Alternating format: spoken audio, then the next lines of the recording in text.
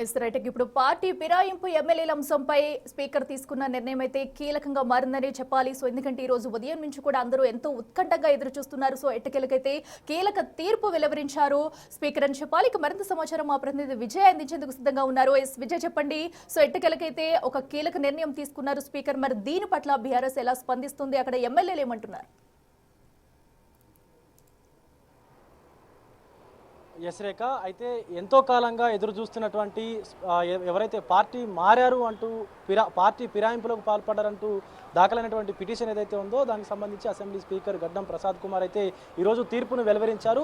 5 ఎమ్మెల్యేలకు సంబంధించినటువంటి తీర్పును అయితే వెలువరించారు. తెల్లం వెంకట్రావు, బండ్ల కృష్ణమోహన్ రెడ్డి, గూడెం మహిపాల్ రెడ్డి, అలాగే ప్రకాష్ గౌడ్, అరికపూడి గాంధీ పైన వీరి 5 పైన దాఖలైనటువంటి అనర్హత పిటిషన్ అయితే కొట్టివేస్తూ ఒక కీలక నిర్ణయాన్ని అయితే ఆయన వెలువరించారు. ఈ 5 పార్టీ మారినట్టుగా ఎక్కడ కూడా రుజువులు లేవంటూ కూడా స్పీకర్ అయితే దీనికి సంబంధించి ఒక నిర్ణయాన్ని అయితే ఆయన నిర్ణయాన్ని అయితే వెలువరించినటువంటి పరిస్థితి అయితే కనిపిస్తుంది. అయితే దీని పట్ల బీఆర్ఎస్ తమ స్టాండ్ను వినిపిస్తూ ఖచ్చితంగా దీనిపైన మేము హైకోర్టుకు వెళ్తాము, న్యాయ పోరాటం చేస్తామంటూ కూడా బీఆర్ఎస్ అయితే మాట్లాడుతూ ఉంది. ఇక తీర్పు కాపీ బీఆర్ఎస్ అడిగినప్పటికీ కూడా వారు స్పీకర్ మాకు ఆ కాపీని అందించలేదంటూ కూడా మాట్లాడుతూ ఉన్నారు. ఇక లెజిస్లేటివ్ లా ప్రకారం ఒక కాపీని అంటే ఎప్పుడైతే న్యాయానికి సంబంధించినటువంటి అంటే ఆ తీర్పుకు సంబంధించినటువంటి ఏదైతే ప్రక్రియ ఉంటుందో దానికి సంబంధించి ఒక కాపీని కూడా ఆ ఎదురు పార్టీకి ఇవ్వాల్సి ఉంటుంది. కానీ అక్కడ ఆ కాపీ ఇవ్వలేదంటూ కూడా బీఆర్ఎస్ అయితే చెప్పుకొచ్చింది. ఇక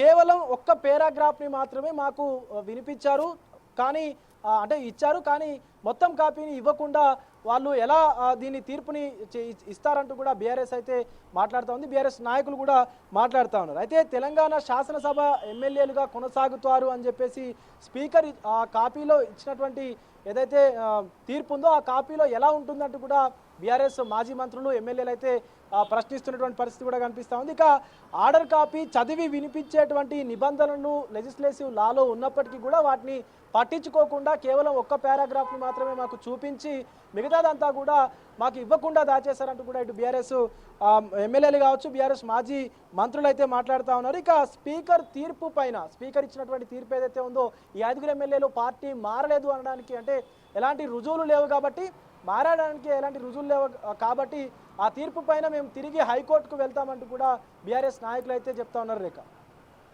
విజయ్, అయితే ఇప్పుడు దీనికి సంబంధించి అంటే స్పీకర్ ఇచ్చిన తీర్పుకి సంబంధించి okay right Vijay, thank you. So చూస్తున్నాం కదా ప్రస్తుతం అయితే ఏదైతే స్పీకర్ ఇచ్చిన తీర్పుకి సంబంధించి కూడా బీఆర్ఎస్ అయితే ఇంకా గురుగు ఉందని చెప్పాలి. దీనిపై ఆర్డర్ కాపీని అయితే మాకు ఎందుకు ఇవ్వలేదు, కేవలం ఒక పేరా ఉన్న కాపీని మాత్రమే ఇచ్చారు వాళ్ళు. సో కంప్లీట్గా దీనికి సంబంధించి కాపీని అయితే ఇవ్వలేదు, ఎందుకు ఇలా చేస్తున్నారంటూ కూడా బీఆర్ఎస్ అయితే ఇంకా విమర్శలు చేస్తుంది.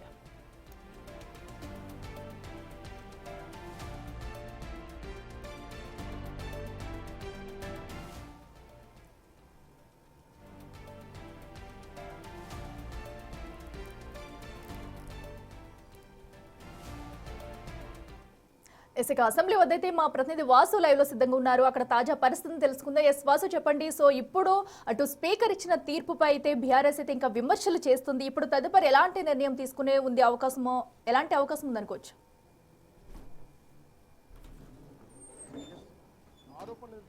ఫిరాయింపు ఎమ్మెల్యేలకు సంబంధించిన తీర్పు విషయంలో కూడా బీఆర్ఎస్ ఎమ్మెల్యేలు అయితే హైకోర్టును ఆశ్రయించే ఉన్నారు. మరి కాసేపట్లో వాళ్ళు మీడియా ముందుకు రావడం జరుగుతుంది. వాళ్ళు చాలా స్పష్టంగా కోర్టు లోపల జరిగినటువంటి అంశాలపైన కూడా మాట్లాడబోతున్నారు.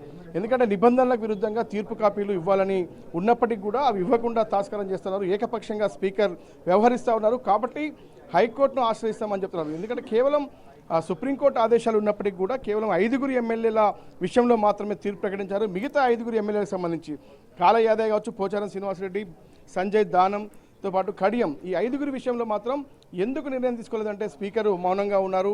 మరోపక్క ఆర్డర్ కాపీలకు సంబంధించి తీర్పు విషయంలో ఇవ్వమంటే కూడా అది వెబ్సైట్లో పెడతాం చూసుకోవాలని కూడా ఆయన చెప్పారు. అయితే తీర్పిచ్చే నేపథ్యంలో కూడా ఆయన చాలా సింపుల్గా సింగిల్ సెంటెన్స్ కూడా చదవడం జరిగింది.